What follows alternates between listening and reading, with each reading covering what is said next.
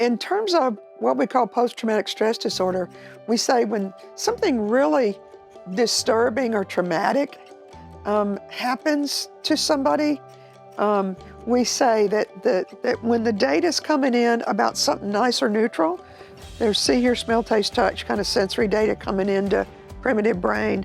The nice stuff plops right into what we like to call perfect storage.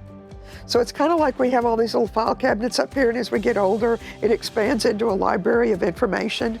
But it plops right into there, and it's all nice and organized and stored so that you can access it when you're recalling and remembering it. But there's no negative emotion attached to something that's nice or neutral because nothing needs to be done about it. But if it's something that's traumatic or disturbing, the data comes in higher, louder, bigger, kind of like one of those giant Megalotron scoring boards at a sports stadium. It comes in huge because it needs to get our attention in case we need to run, fight, hit, freeze, in case we need to survive, because this thing is all built for survival. So the data comes in really heavy duty, and it literally, like it slams in, like if you took your hand and slammed it into some damp sand down at the beach, you'd pick your hand up and there's a handprint. And embedded in that impression is that all these negative thoughts about yourself, we say negative event, the thoughts match it. Positive event, the thoughts match it. But that it leaves an impression. And then there's all of that stuff that goes into all of that.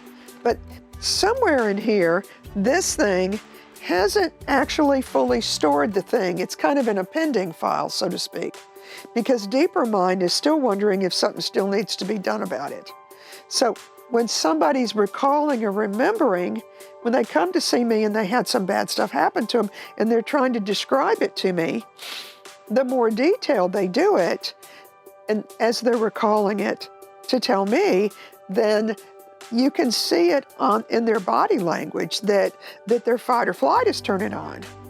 When really we're reviewing data, and that's what we want them to get, that part of the brain to get. This is data. It ain't the same as the thing.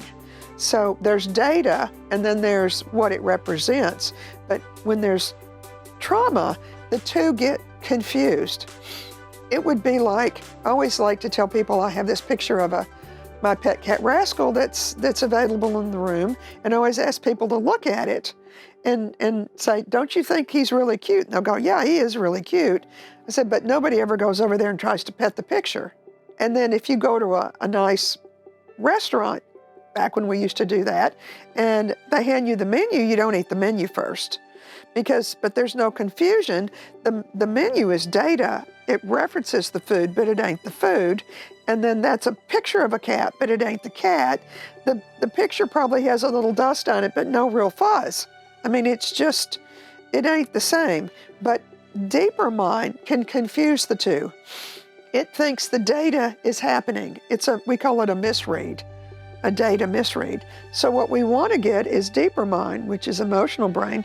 The good news that we're just recalling and remembering info. It's not the thing. So there's ways that we can do that to get them to see that it's not actually taking place. And it's called, we have this ability as humans, it's called dual awareness. So we can be aware of being here, right now, and I'm present right here, while at the same time we're reviewing data about some really horrible thing that happened to him prior. And when you do that simultaneously, deeper mind gets that we're just reviewing data. But as long as they stay emotionally present, then their brain gets that good news, and then that impression, that old impression, like the handprint in the sand, gets cleared. You can clear that so that the brain is now reading it as data, and that happened, that's past tense, but it's not happening. It's over and done. We like to say it's completed and defeated because we're here and it's not, and deleted like junk email. But that you can clear the impression that old, bad, disturbing events have made for people. And you can do that without heavy meds or shock therapy or any of that other kind of treatment stuff. But no, you can just get the brain updated as to what's what. We have data about something that happened, and then I'm here.